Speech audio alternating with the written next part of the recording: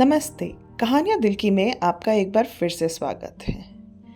किसी भी तरह का कोई आयोजन हो तो वो एक मौका हो जाता है लोगों का आपस में मिलना, एक दूसरे के साथ खुशियाँ बांटना, कुछ हंसी मजाक के पल बिताने का। ये ऐसा समय होता है जब दुश्मन भी आपस में मुस्कुरा के मिलते हैं। पर क्या हो अगर इस खुशी भरे माहौल में कुछ संजीदा हो जाए तो? हमारी आज की कहानी ऐसे ही एक घटना के बारे में है। तो चलिए शुरू करते हैं आज की कहानी, ड्रम, खून या वाइन। नासिक वाइन फेस्टिवल अपने चरम पर था। एक वार्षिक आयोजन जहां वाइन प्रेमी और वाइन निर्माताओं ने भारतीय वाइन संस्कृति का जश्न मनाने के लिए एकत्रित होना तय किया था। हरी भरी पहाड़ियों और व्यवस्थित अंगूर की बेलों के बीच बसा ये खूबसूरत अंगूर का बाग इस प्रतिष्ठित प्रतियोगिता के लिए एक परफेक्ट स्थान था। इस वर्ष का मुख्य आकर्षण था एक दुर्लभ विंटेज सूला वाइन का लॉन्च। इसे फेस्टिवल के मेजबान और इस बाग के मालिक गोपाल जाधव ने आयोजित किया था। लेकिन उत्सव का माहौल उस समय भयावह हो गया जब गोपाल को उसी विंटेज वाइन के विशाल ड्रम में मृत पाया गया जिसे वे प्रस्तुत करने वाले थे। उनकी मृत्यु ने वहां उपस्थित सभी मेहमानों को हिलाकर रख दिया। पुलिस ने तत्काल क्षेत्र को सील कर दिया, लेकिन इतने प्रमुख व्यक्तियों की मौजूदगी को देखते हुए मामले की जांच बेहद संवेदनशील तरीके से होनी जरूरी थी। वहां पे मौजूद रजत कुलकर्णी, जो कि एक प्रसिद्ध सोमिलियर और शौकिया जासूस थे, खुद को रोक नहीं पाए। रजत वहां पे एक जज के रूप में आमंत्रित थे। रजत की असाधारण स्वाद की समझ ने उन्हें भारत के शीर्ष वाइन वैज्ञानिकों के बीच में जगह दिलाई थी, लेकिन उनकी जटिल पहेलियों को हल करने की प्रवृत्ति ने उन्हें शौकिया जासूस की दुनिया में खींच लिया था। इंस्पेक्टर संदीप पाटिल ने रजत से इस मामले में मदद मांगी तो वो मना नहीं कर पाए। इस मामले में कई लोगों पर शक था जिनके पास हत्या का कारण हो सकता था, जैसे कि नेहा जाधव, गोपाल की बेटी जो वर्षों बाद विदेश से लौटी थी और संपत्ति के अधिकार को लेकर उनके बीच तनाव की अफवाहें थीं। घटना की पूर्व संध्या पर उन्होंने अपने पिता के साथ बहस की थी। विक्रम मेहता, जो एक कॉम्पिटिटर विनियर्ड के मालिक थे और जिन्होंने गोपाल पर अपने व्यापार को नुकसान पहुंचाने का आरोप लगाया था, उन्हें पिछले एक समारोह में खुलेआम गोपाल को धमकी देते हुए भी सुना गया था।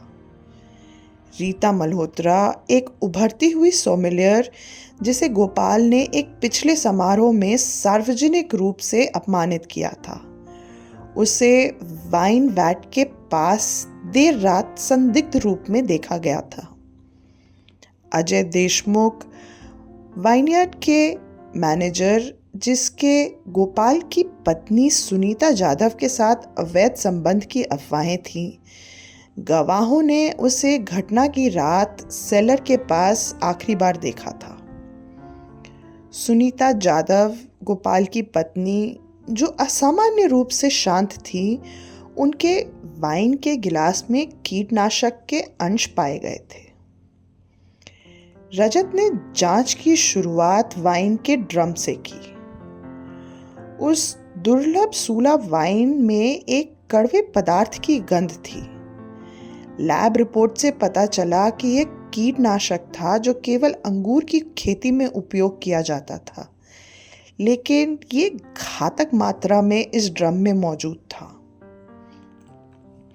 सीसीटीवी फुटेज में गोपाल को देर रात अकेले सेलर की तरफ जाते हुए देखा गया।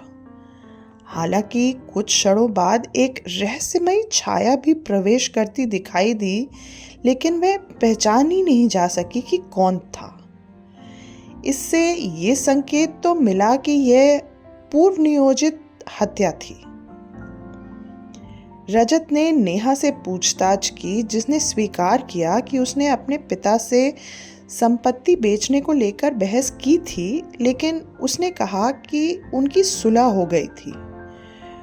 वहीं विक्रम मेहता ने अपनी दुश्मनी तो कबूली, लेकिन खुद को निर्दोष बताया और कहा कि जिस समय ये घटना हुई वो खुद एक वाइन टेस्टिंग का हिस्सा थे। रीता मल्होत्रा ने स्वीकार किया कि वे सेलर में केवल वाइन की गुणवत्ता की परीक्षण के लिए गई थी, जबकि अजय देशमुख ने खुद को घटना स्थल के पास होने से साफ इनकार कर दिया। सुनीता जाधव, जो शुरुआत में शांत थी, आंखें टूट गई।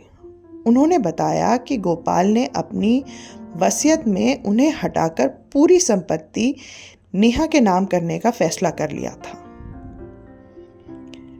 रजत ने वाइन फेस्टिवल के दौरान उपयोग की गई सभी गिलासों की जांच की। एक गिलास में वही कीटनाशक पाया गया। ये गिलास सुनीता जाधव का था। जब सामना हुआ तो उसने दावा किया कि उसे फंसाया जा रहा है, लेकिन फिर नेहा ने एक चौंकाने वाला खुलासा किया। उसने गोपाल और अजय के बीच एक गर्मागर्म बहस सुनी थी, जिसमें गोपाल ने अजय की वित्तीय धोखाधड़ी उजागर करने की धमकी दी थी।